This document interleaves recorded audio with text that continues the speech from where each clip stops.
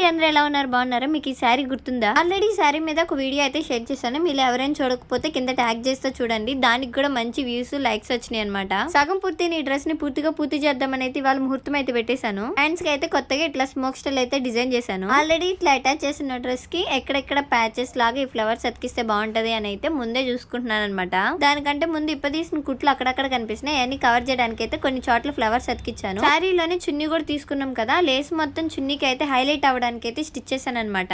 ఆ లేస్ అయితే చున్నీ వరకే వచ్చింది. మిగిలిన దానికి చిన్న ఫ్లవర్స్ అయితే అతికిచ్చాను బాడీ పార్ట్ వరకు. లంగాకి అయితే కింద నాకు కొంచెం క్రాస్ ముక్కలు అయితే పడినాయి. ఫ్లవర్స్ అయితే ఇట్లా నేను గమ్ముతో అతికిచ్చి కుడితే మనకు స్ట్రాంగ్ గా ఉంటాయి అనమాట. అటు ఇటు కదలకుండా ఉంటాయి. ఇట్లాగ అక్కడక్కడ అయితే ఫ్లవర్స్ అయితే అతికిచ్చాను. థ్రెడ్స్ కూడా ఇట్లాగ ఫ్లవర్స్ కుట్టి మధ్యలో కొంచెం క్లాత్ అట్లా పెట్టి అడ్జస్ట్ చేసి కుట్టాను అనమాట. నడుము కూడా ఇట్లా బెల్ట్ మాదిరిగా కుట్టేసేసాను.